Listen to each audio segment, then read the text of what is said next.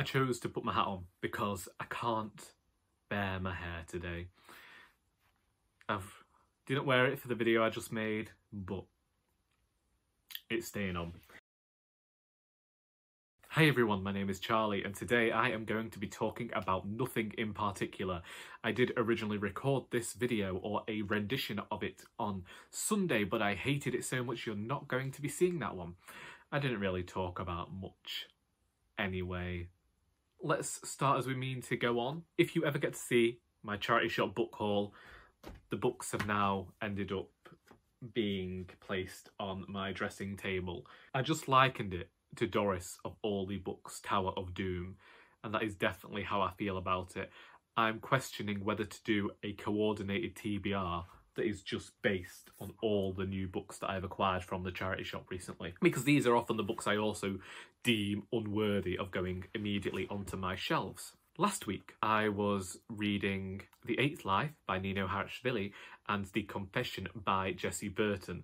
I haven't finished either of those books. I have read a few more pages on of The Eighth Life. The Confession I've stopped at the 90-page mark and I'm not sure whether I'm going to be continuing with that one. It isn't one that I'm particularly enjoying. Whilst I do adore Jessie Burton's prose usually, I'm finding there's something of the pretentious tone here and the characters don't seem to be going anywhere at all.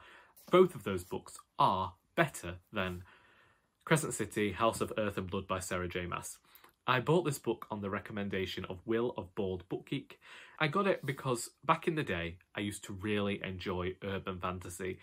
I was there for anything to do with the magical taking place in a city, and let's just, yeah, the hats had to come off. We'll just have to cope with it. The hat is off. The hair is terrible and the hat is off. I was here for anything urban fantasy. A few years back, I read Throne of Glass and Crown of Midnight, and I didn't particularly enjoy them. I don't think that Sarah J. Maas's prose was particularly good.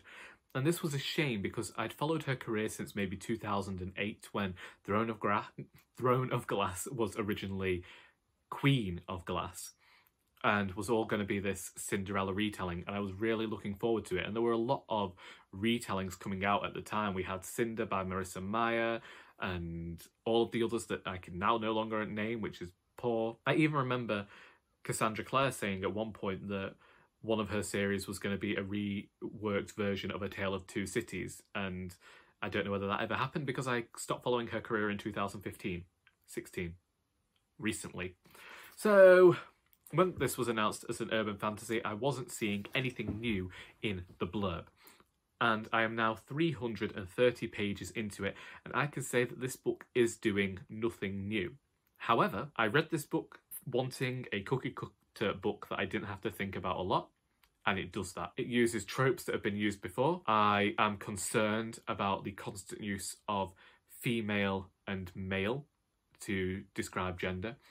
But that's a whole other topic that I don't want to get into here because I find it a rather serious, concerning topic. It reads a bit like a Mills and Boon Harlequin romance style book in that you don't have to think a lot about it, and it describes Bryce's underwear a lot. Currently, we're 330 pages in, and most of the story has happened in just 2 chapters, and the rest has just been filler. So I do feel like this book could probably have been cut down to just 300 pages and still manage to contain the essence of what's going on here. I think it might join the Poppy War for me, although I do feel I feel more about the Poppy War than I do this book. I feel like this one is going to be a book that I can acknowledge is trash, but I don't hate it. And if I still gave star ratings at the end of this book, I see it maybe being a 2 or 3 star book.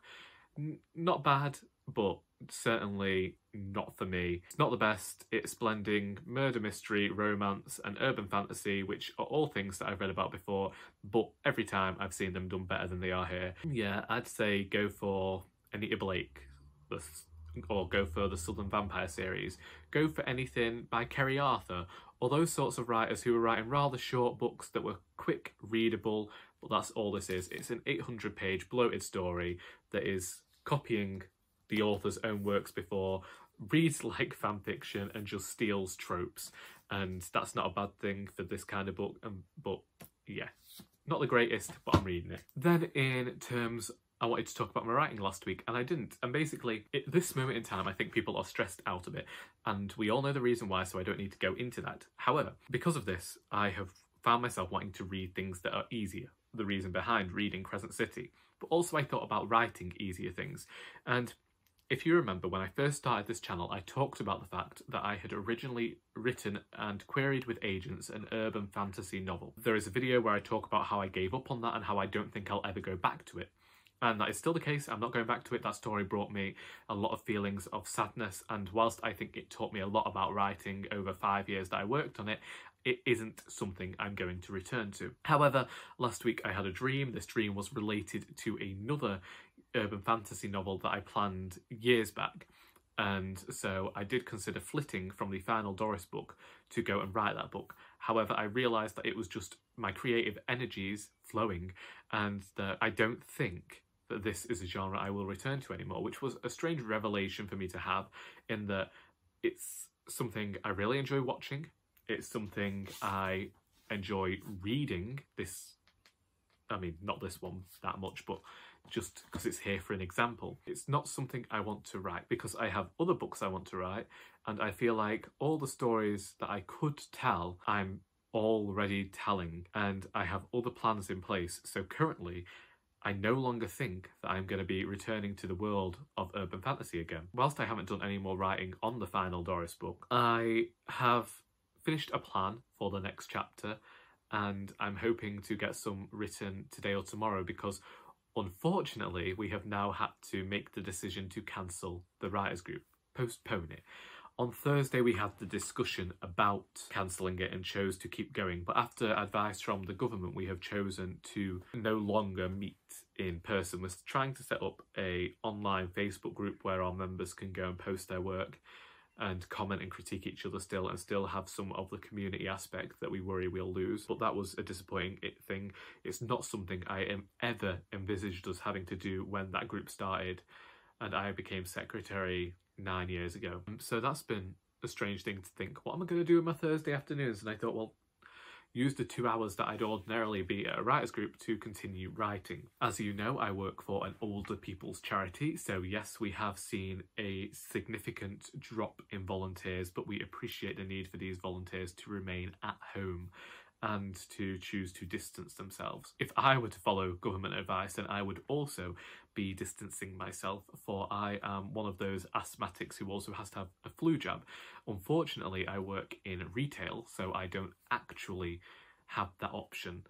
But I think that we are going to find out this week just what is going on. It's a strange, tumultuous time for us all, but I am trying not to worry too much. I'm trying to think that I can't go through every day worrying, because if I were to worry about all of the things that I could catch each day that could be potentially harmful for me, then I'd never do anything anyway. So I'm just trying not to think about it and think about other things, which is why me and my mother watched Hellboy yesterday, and I spoke to Charlie Brooke and I told her how I now want to buy all of the Hellboy graphic novels. So if you see me becoming something of a Hellboy fanboy over the next few months, then you know what's happened. I have chosen to do a Q&A for no other reason than I'm still trying to ease myself back into BookTube, and I think that that would be a good way to do it. And I've had a few questions on Instagram, but I haven't had any responses on Twitter, and that's very upsetting.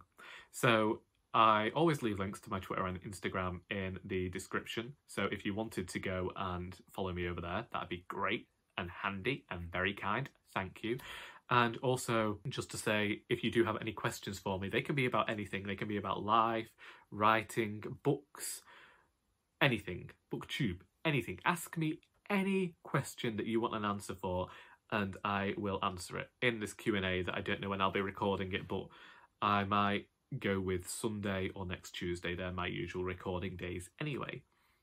I say, recording on a Wednesday. That's me. I have been having these videos last for over 20 minutes recently, but since you're going to be getting a book haul, maybe, possibly, probably not. I get pretty stressed out about the shirt that I'm wearing in that video, and Lord, I think my life is just me getting aggravated at the clothes I wear currently. I'm also currently getting angry at my cheeks, but that's a whole different story.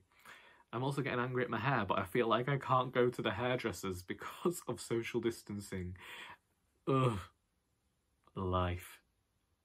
Alright, how are you doing? Let me know in the comments. And tell me what you're reading, what you're writing, what you're listening to, because I'm still trying to locate that song.